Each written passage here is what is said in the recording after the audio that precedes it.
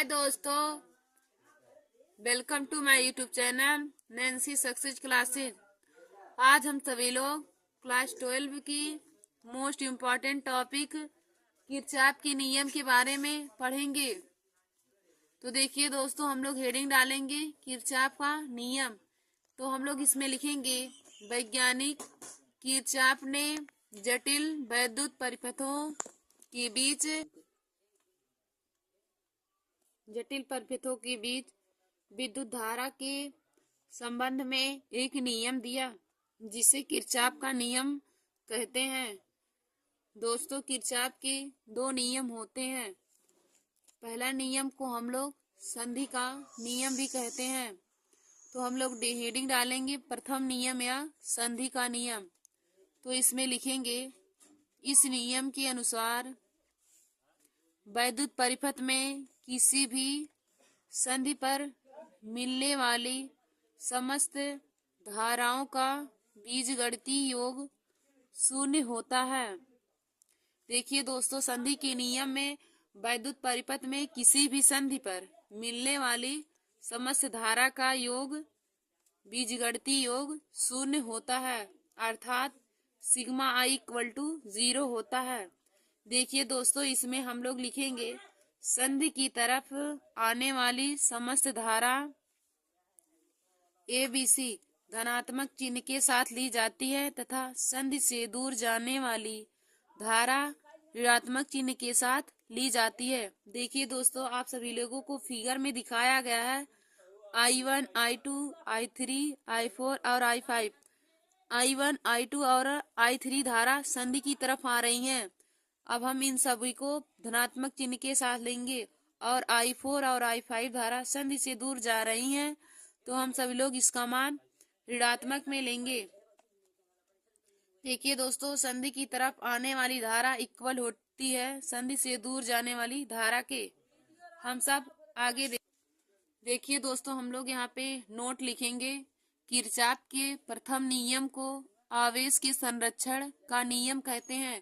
यह क्वेश्चन बहुविकल्पी में भी पूछा जाता है कि किरचॉफ के प्रथम नियम को क्या कहा जाता है, तो उसको आवेश संरक्षण का नियम भी कहते हैं। देखिए दोस्तों, यहाँ पे हम लोगों ने किरचॉफ के प्रथम नियम से संबंधित कुछ क्वेश्चन लिए हैं। तो देखिए फिगर में दर्शाया गया है। तो इसमें क्या ज्ञात करना है, धारा आई का मान ज्ञात करो।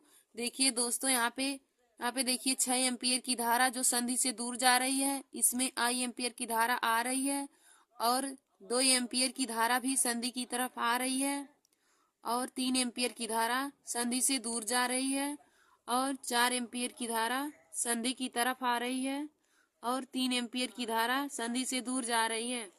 तो देखिए दोस्तों, जो संधि से दूर जाएंगी धारा उसको हम लोग ऋणात्मक चिन्ह के साथ लेंगे और जो संधि की तरफ आएंगी धारा उसको हम लोग धनात्मक चिन्ह के साथ लेंगे।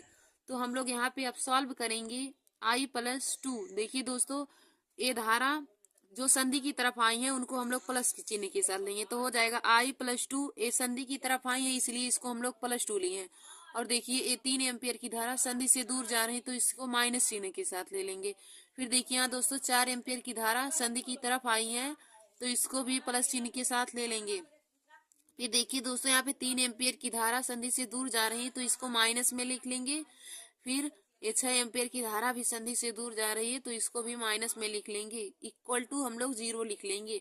तो देखिए दोस्तों I+, देखिए यहाँ पे 2 प्लस में है और ये 4 प्लस है, दोनों को ऐड कर लेंगे तो 4 और 2 जोड़ेंगे हम लोग को 6 आ जाएगा। फिर ए -3 और -6 तीनों को जोड़ लेंगे, -12 हो जाएगा इक्वल टू 0।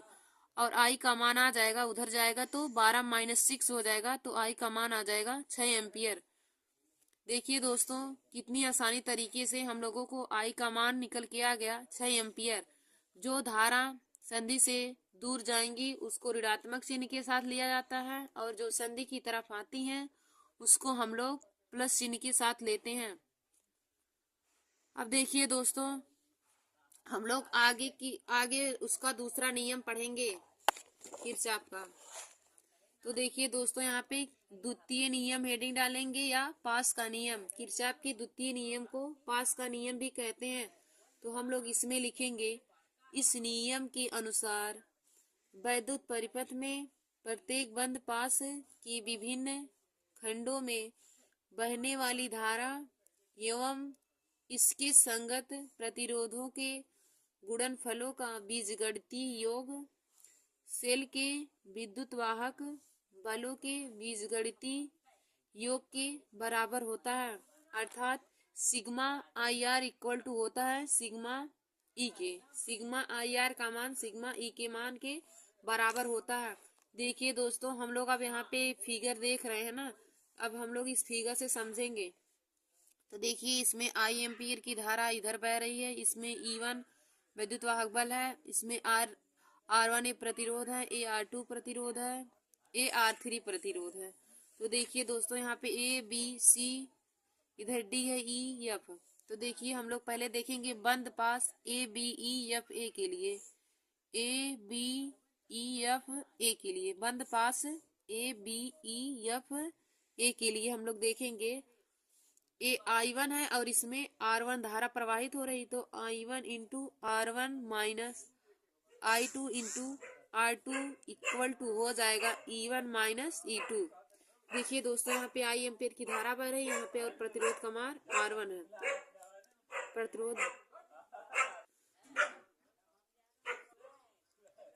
देखिए दोस्तों, इसमें I1 धारा बह रही है और इसकी सिरों के बीच प्रतिरोध R1 है, तो हो जाएगा I1 into R1 minus I2 into R2 equal to हो जाएगा E1 माइनस E2। इसको हम लोग समीकरण 1 मान लेंगे।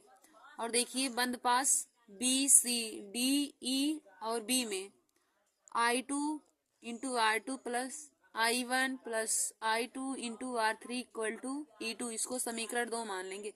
देखिए दोस्तों, इस समीकरण से हम लोग समझ सकते हैं कि यह बंद पास का नियम है। और देखिए दोस्तों, इसे वोल्टता या ऊर्जा संरक्षण का नियम कहते हैं। देखिए दोस्तों, आप लोग नोट करके लिख लीजिएगा कि किरचॉफ के प्रथम नियम को आवेश संरक्षण का नियम और किरचॉफ के द्वितीय नियम को ऊर्जा संरक्षण का नियम कहते हैं। यह दोनों क्वेश्चन ही हर बार बहुविकल्पी क्वेश्चन में बोर्ड एग्जाम की परीक्षा में पूछे जाते हैं।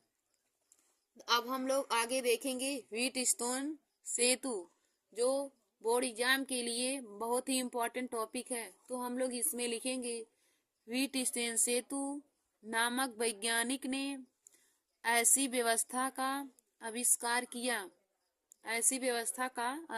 किया जिसके द्वारा अज्ञात प्रतिरोधों का मान आसानी तरीके से ज्ञात किया जा सकता है।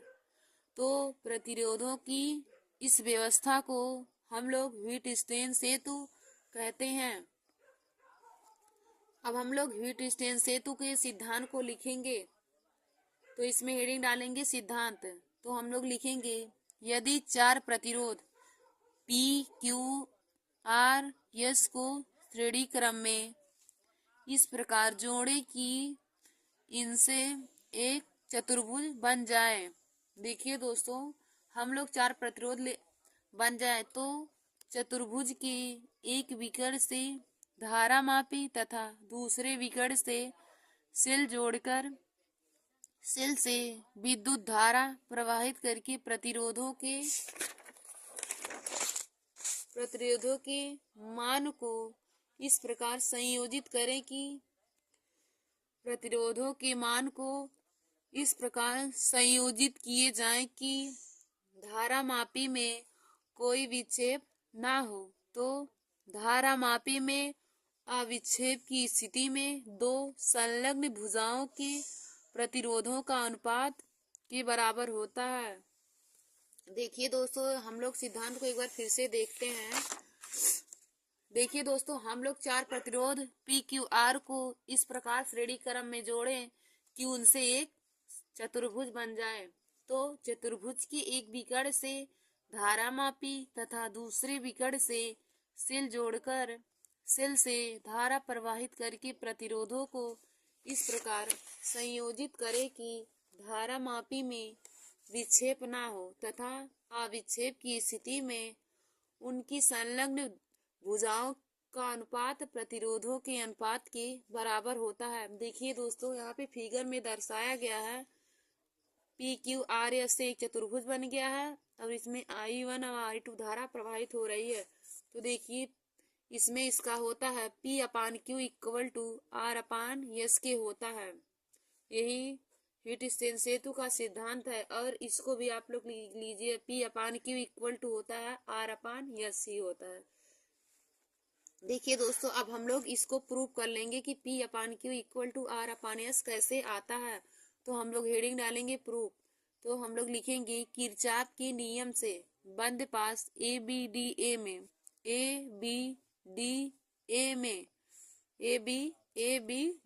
में I1 P minus I2 R equal to 0